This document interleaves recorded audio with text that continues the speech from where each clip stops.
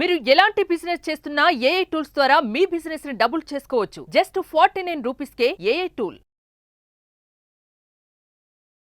నమస్తే, welcome to Suman TV. ప్రస్తుతం మనతో పాటు ఉన్నారు డాక్టర్ శిల్పి రెడ్డి, గైనకాలజిస్ట్. మరి మేడంతో మాట్లాడదాం. నమస్తే మ్యామ్. నమస్కారం.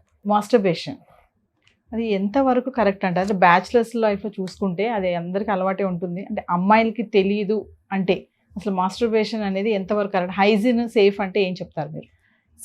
మాస్టర్బేషన్ అనేది ఉమెన్లో కామన్, మెన్లో కామన్, సర్టన్ ఏజ్లో కామన్. అండ్ దాని గురించి అవగాహన చాలామందికి ఉంటుంది. 100% అందరికీ ఉండదు. 60-70% మెంబర్స్కి అవగాహన అనేది ఉంటుంది. వాళ్ళకి వాళ్ళు ఇచ్చుకునే స్వయం తృప్తి అది. అండ్ దాంట్లో తప్పేమీ లేదు. అండ్ అది ఒక సైంటిఫిక్ ఫినామినా, మన బాడీ అడిగితే చేసుకునే సైంటిఫిక్ ఫినామినా. అండ్ అతిశయోక్తిగా వెళ్ళిపోయి ఓవర్గా చేస్తే అది ఏదైనా ప్రమాదకరమే, మంచిది కాదు. సైకలాజికల్గా చాలా ప్రాబ్లమ్స్ తీసుకొస్తుంది, డిపెండెన్సీ క్రియేట్ చేస్తుంది, ఇన్ఫీరియారిటీ కాంప్లెక్సెస్ వస్తాయి, వాళ్ళు సెటిల్ అవ్వలేరు, కమిట్మెంట్స్కి భయపడుతూ ఉంటారు.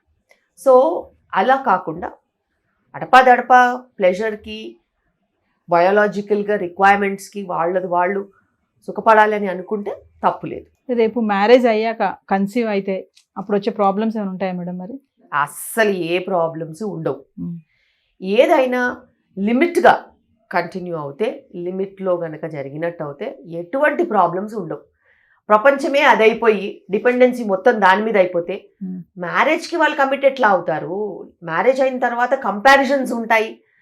సో అలాంటి సైకలాజికల్గా బాధపడుతున్న వాళ్ళు కౌన్సిలింగ్కి వెళ్ళి వాళ్ళది వాళ్ళు సెట్ చేసుకున్న తర్వాత మ్యారేజ్ చేసుకుంటే మంచిది. And coming to now days పిల్లల విషయంలో చూసుకుంటే సెక్స్ ఎడ్యుకేషన్ అది ఎంతవరకు కరెక్ట్ అంటారు? చాలా ఇంతకుముందు స్కూళ్ళు పాఠ్య పుస్తకాల్లో కూడా సెక్స్ ఎడ్యుకేషన్ గురించి చెప్పాలి అని అన్నారు, కానీ ఎక్కడ చెప్పట్లేదు. కానీ ఇప్పుడు ఎవరికి తెలియదా అంటే చిన్న పిల్లలకు కూడా అన్నీ తెలిసిపోతున్నాయి ఇప్పుడు, ఎందుకంటే సోషల్ మీడియా ఎఫెక్ట్.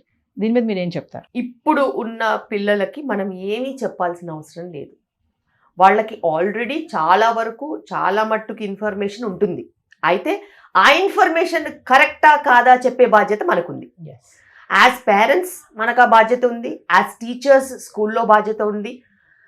అండ్ ఇది కరెక్ట్, ఇది రాంగ్ అని అయితే చెప్పాలి. ఎందుకంటే వాళ్ళకు వచ్చే ఇన్పుట్ అనేది అన్ని డైరెక్షన్స్ నుంచి ఇన్పుట్ వస్తుంది. గుడ్ ఇన్పుట్ వస్తుంది, బ్యాడ్ ఇన్పుట్ వస్తుంది, అగ్లీ ఇన్పుట్ వస్తుంది. అండ్ వాళ్ళకి అవసరానికి మించిన ఇన్ఫర్మేషన్ వస్తుంది.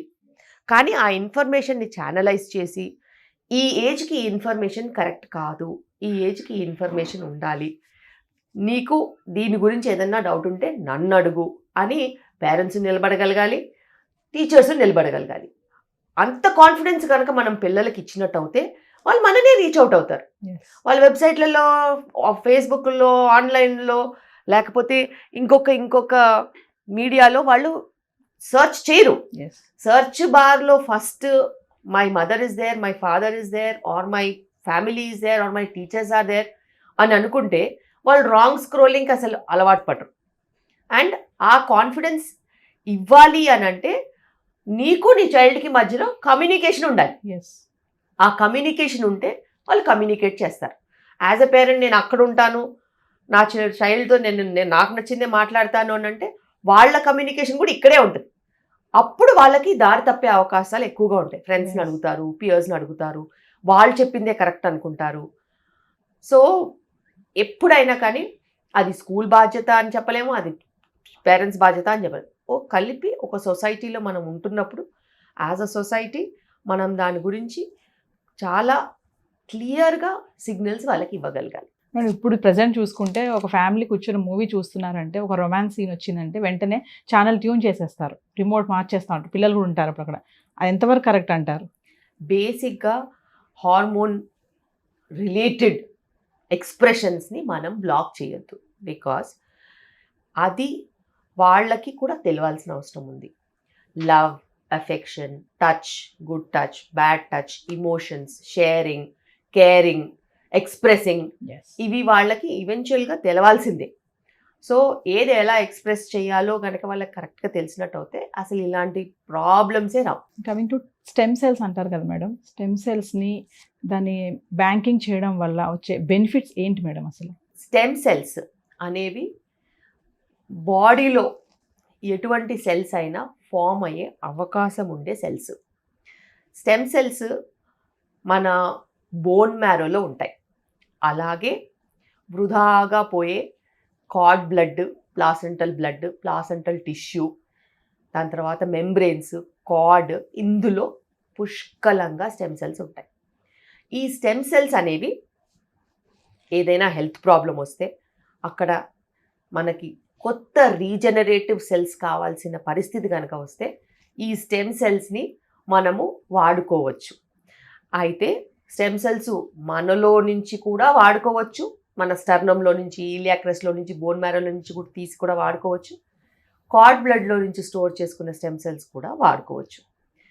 అయితే స్టెమ్ సెల్ థెరపీకి ఎక్స్పెన్సివ్ థెరపీస్, చీప్ థెరపీస్ కావు, ఎక్స్పెన్సివ్ థెరపీస్ మీకు మీరుగా వాడుకోవాలి అని అంటే మరి బిల్లు మీరు కట్టుకోవాలి. అదే బిడ్డ పుట్టినప్పుడు, డెలివరీ అయిపోయిన తర్వాత, బేబీని నియోనేటాలజిస్ట్కి ఇచ్చిన తర్వాత మిగిలిపోయిన బ్లడ్, ప్లాసెంటాలో ఉన్న బ్లడ్, అలాగే ప్లాసెంటా టిష్యూ కూడా కొంతమంది స్టోర్ చేస్తారు, కార్డ్ కొంతమంది స్టోర్ చేస్తారు, మెంబ్రెయిన్ స్టోర్ చేస్తారు. వీటన్నిటిలో కూడా పుష్కలంగా స్టెమ్ సెల్స్ ఉంటాయి. అవి కనుక మనం స్టోర్ చేసుకున్నట్టు అయితే ఆ స్టోరేజ్ దాంట్లోనే, ఆ చార్జెస్లోనే ఇన్సూరెన్స్ కూడా వస్తుంది. మరి ఇన్సూరెన్స్ వచ్చినప్పుడు అది కొన్ని లక్షల రూపాయల ఇన్సూరెన్స్ వస్తుంది. ఆ బిడ్డకి 70 ఏళ్ల వరకు కూడా ఆ ఇన్సూరెన్స్ వర్తిస్తుంది. అది ఆ బిడ్డకే కాదు, ఆల్రెడీ ముందు చిల్డ్రన్ ఉంటే వాళ్ళకి, పేరెంట్స్కి, గ్రాండ్ పేరెంట్స్ కూడా వర్తిస్తుంది. అండ్ అంత మంచి ఒక ఇన్సూరెన్స్ ఉండి లాభపడే ఒక ప్రక్రియని మనం ఖచ్చితంగా ప్రమోట్ చేయాలి. ఎందుకంటే మనము ఈరోజు సైన్స్ ఇలా ఉంటే 10 ఏళ్ళకి ఇంటూ 100 టైమ్స్ ఉంటుంది, ఇంకో 10 ఏళ్ళకి ఇంకో 200 టైమ్స్ ఉంటుంది. మరి స్టెమ్ సెల్స్ నుంచి ఆర్గన్స్ ఫామ్ అయ్యే కెపాసిటీ కూడా ఉంటుంది, ఓ మనిషిని తయారు చేసే కెపాసిటీ ఉంటుంది, బిడ్డలు పుట్టించే కెపాసిటీ కూడా ఉంటుంది. సో ఇలాంటివన్నీ సైన్స్ ధర్మంగా చేస్తోంది. సో సైన్స్ నమ్ముకునే వాళ్ళైతే, నువ్వు సైన్స్ని నమ్మకపోతే నేను ఏం చేయలేను, కానీ నువ్వు సైన్స్ని నమ్మేవాళ్ళు అయితే 10 ఏళ్ళు 20 ఏళ్ల ముందు వీడియో కాల్ అంటే నమ్మారా? వచ్చింది కదా. అలాగే 10 ఏళ్ళు 20 ఏళ్లలో స్టెమ్ సెల్స్ 10 సెల్స్ ఉన్నా కానీ కొన్ని ట్రిలియన్ సెల్స్ ఫామ్ చేసే కెపాసిటీ వచ్చిందనుకో, అప్పుడు నీ బిడ్డకి స్టెమ్ సెల్స్ వస్తాయా? రావు కదా. పోనీ ఆ ఇన్సూరెన్స్ వస్తుందా? రాదు కదా. సో మిడిల్ క్లాస్ వాళ్ళు, లోవర్ మిడిల్ క్లాస్ అయిన వాళ్ళు కూడా, rich people can afford anything. They can take a private jet, go get everything changed and come every month. Blood అలా మార్చుకుని ఇలా రావచ్చు, ట్రీట్మెంట్స్ అప్పటికే అవుతాయి. ప్రాబ్లం ఎవరికి వస్తుంది? Middle class, lower middle class, poor పీపుల్కి వస్తుంది. అలాంటి వాళ్ళు గేరప్ అయ్యి చిన్న చిన్న సేవింగ్స్ కింద ఈఎంఐ రూపంలోనన్నా కట్టుకుని స్టెమ్ సెల్స్ సేవ్ చేసుకుంటే తప్పేంటి? రేపు అది ఉపయోగపడుతుందని అనిపించింది అనుకో, మరి ఆ బిడ్డకి అది సేవ్ అవుతుంది కదా. ఇంత చిన్న చిన్న బిల్లలు తులాలు పెట్టేసేసి చైన్లు పెట్టి వంకర పోయి మొలతాళ్ళు కట్టుకుని అవన్నీ పాడైపోయి ముక్కలు ముక్కలైపోయి ఎక్కడో బడి ఉంటున్నాయి. ఓ 100 మందిని పిలిచి భోజనం పెడితే ₹1,00,000 అవుతుంది. అలాంటప్పుడు మీరు మీ బిడ్డ కోసం, మీ ఫ్యూచర్ కోసము ఒక చిన్న అమౌంట్ కట్టుకోలేరా? హార్డ్లీ 60, 70, 80,000 ఉంటుంది అంతే. లైఫ్ లాంగ్ మీకు అది ఒక శ్రీరామ రక్ష కింద ఉంటుంది. చిన్న వాళ్ళైనా కూడా ఇప్పుడు ఇలాంటి పోస్ట్ డెలివరీ జస్ట్ లావిష్గా సెలబ్రేషన్స్కి ఖర్చు పెడుతున్నారు, కానీ బేబీ ఫ్యూచర్కి పనికి వస్తుంది కదా. వాళ్ళైనా ఆలోచించి 5,000, 6,000, 4,000 ఈఎంఐస్ కూడా ఉన్నాయి. అలా ఈఎంఐస్ రూపాయన కట్టుకుని ఖచ్చితంగా స్టెమ్ సెల్స్ స్టోర్ చేసుకున్నట్టు అవుతే అది రేపు చాలా ఉపయోగపడుతుంది. ఎప్పుడు ఉపయోగపడుతుందంటే మన దగ్గర డబ్బు ఉన్నా లేకపోయినా మనకు ఒక రక్ష అనేది ఉంటుంది. బేబీకి తనకి మ్యాచ్ అయ్యే సెల్స్ ఉంటాయి స్టోర్ అయ్యి, మిగతా వాళ్ళకి పబ్లిక్ బ్యాంకింగ్లో నుంచి అయినా స్టోర్ చేసినవి ఇస్తారు, మ్యాచ్ చేసి ఇస్తారు. సో మనం సైన్స్ నమ్ముకుంటే, ఫ్యూచరిస్టిక్గా బతకాలనుకుంటే ఖచ్చితంగా ఇలాంటివి చాలా హెల్ప్ అవుతాయి. సెవరల్ డిజీజెస్కి ఒక మెడిసిన్ అనుకోవచ్చు కదా మేడం వీటిని? ఎగ్జాక్ట్లీ. ఇప్పుడుకిప్పుడు ఒక 300 డిజీజెస్కి డాక్యుమెంటెడ్ ట్రీట్మెంట్ ఎవిడెన్స్ ఉంది.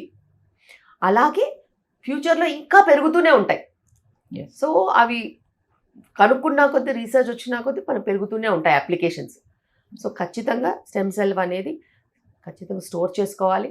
అండ్ స్టెమ్ సెల్స్కి అందరూ మొగ్గు చూపాల్సిన అవసరం ఉంది.